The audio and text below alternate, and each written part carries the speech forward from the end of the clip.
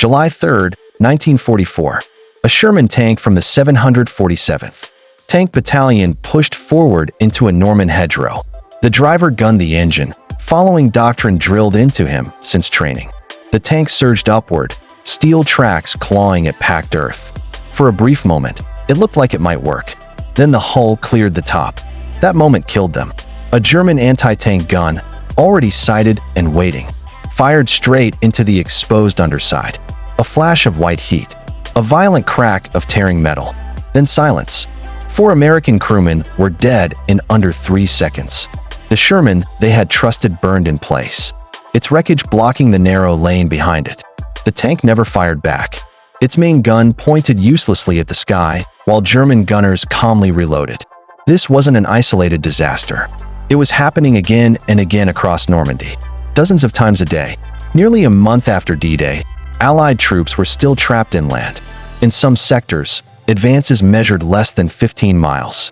The beaches were secure, but the war beyond them had frozen. Everyone had feared the Atlantic Wall, the bunkers, the mines, the steel obstacles. What no one truly prepared for was what waited beyond it. Not concrete, not steel, but earth itself, a living battlefield that had been growing for centuries. The Germans hadn't built it. They inherited it, and they learned very quickly how to turn it into a killing ground. The Norman bocage wasn't a single obstacle.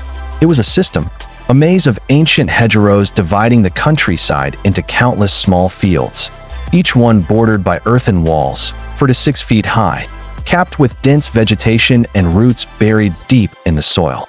These hedges weren't decorative. They had been cultivated since medieval times.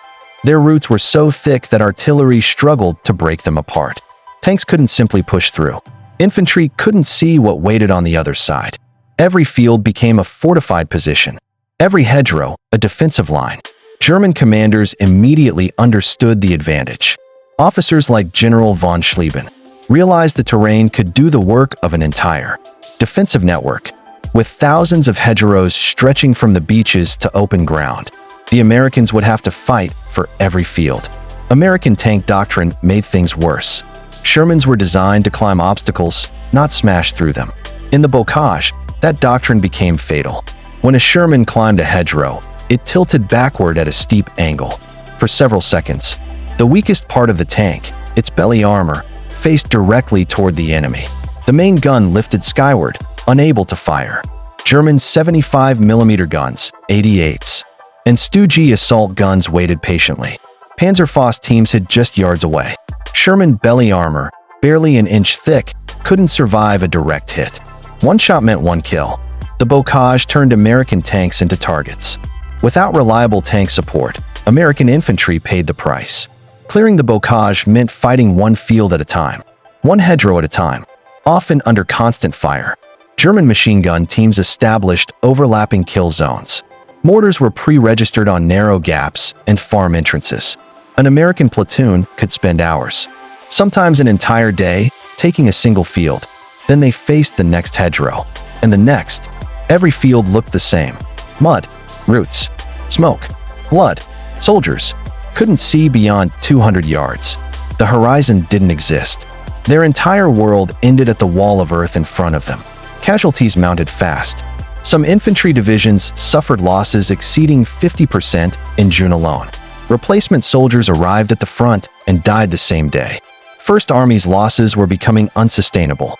General Omar Bradley knew this couldn't continue. He needed a breakthrough, and his staff struggled to find one. Ideas flooded in. More artillery, specialized engineers, British flamethrower tanks, experimental explosives, bulldozer blades. None of it worked quickly enough. The bocage absorbed men and material without yielding ground. Time favored the defender, and the Germans knew it. The solution wouldn't come from headquarters. It would come from a sergeant who was watching his friends die and refused to accept that this was the best the Army could do. Sergeant Curtis G. Cullen Jr. served with the 102nd Cavalry Reconnaissance Squadron. He wasn't an engineer. He wasn't a designer. He was a frontline soldier, trapped in the same deadly maze as everyone else. Cullen noticed something obvious that doctrine had missed. Tanks didn't need to climb hedgerows. Climbing was the problem. What if they went through them instead? His idea was simple. Weld steel teeth onto the front of Sherman tanks. Not extra armor, but crude prongs designed to bite into the base of the hedgerow. The teeth would prevent the tank from climbing and force it forward, ripping through roots and packed earth.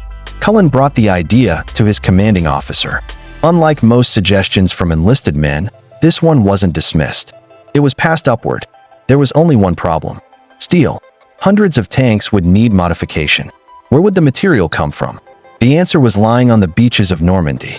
German beach obstacles, steel hedgehogs made from heavy I-beams, still littered the sand.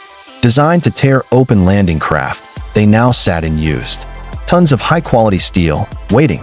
Someone made the connection. The same metal meant to stop the invasion could be used to finish it. Efficient, practical, and quietly poetic. American units set up makeshift assembly lines near the coast. Welders with oxyacetylene torches cut apart German hedgehogs and reshaped them into tank attachments. The design stayed brutally simple. 4 or 5 steel prongs, each about 3 feet long, welded to a plate bolted onto the Sherman's front hull. The prongs angled downward like tusks. When a tank hit a hedgerow, the teeth dug in. Instead of lifting, the tank stayed level. Its weight, more than 30 tons, and engine power did the rest. Roots that had grown undisturbed for centuries tore apart under raw force. Soldiers started calling them Rhino tanks.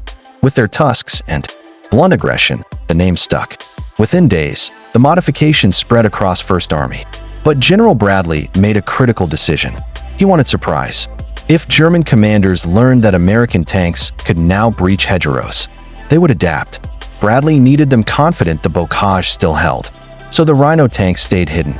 No unnecessary reports. No demonstrations.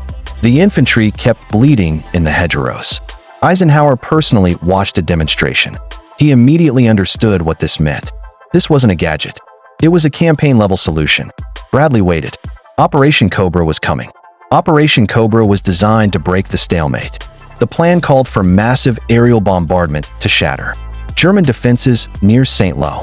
Once a gap opened, armored forces would surge through and escape the bocage into open terrain. The bombing was scheduled for July 24th.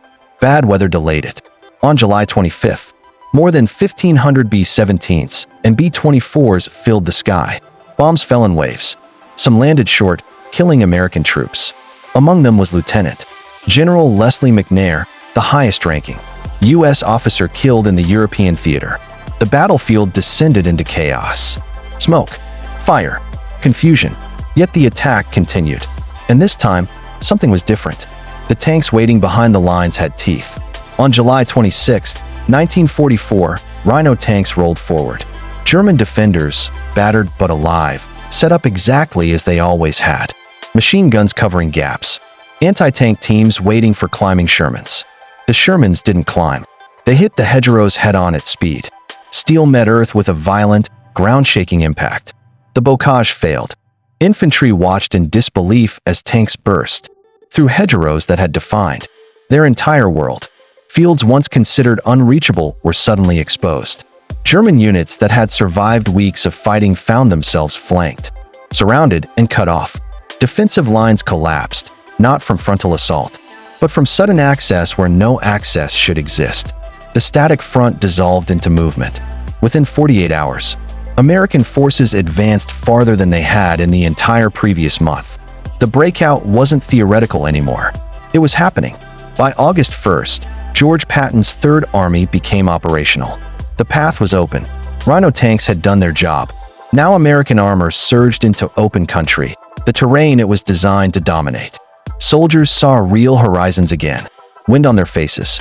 Roads instead of mud and walls. Momentum replaced attrition. German defenses shattered. Retreats turned chaotic under relentless pressure from ground forces and Allied aircraft. What had been a stalemate became a collapse. Once free of the hedgerows, Patton moved exactly as he believed war should be fought.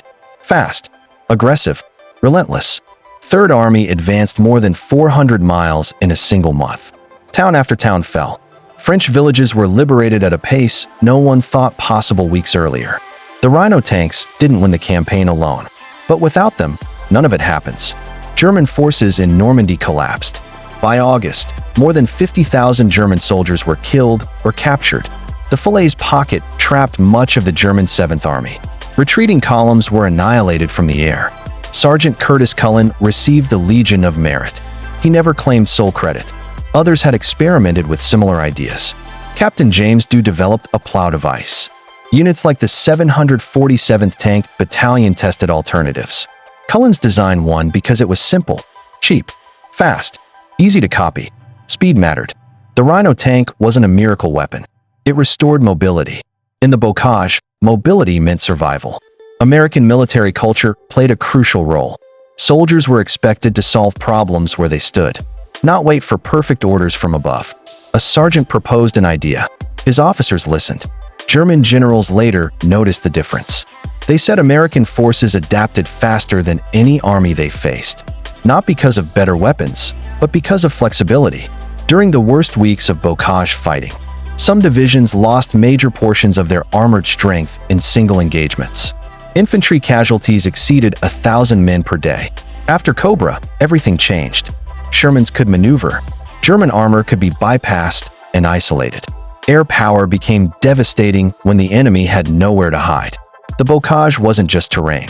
It was a test of doctrine, of leadership, of whether an army could admit it was wrong and change fast enough.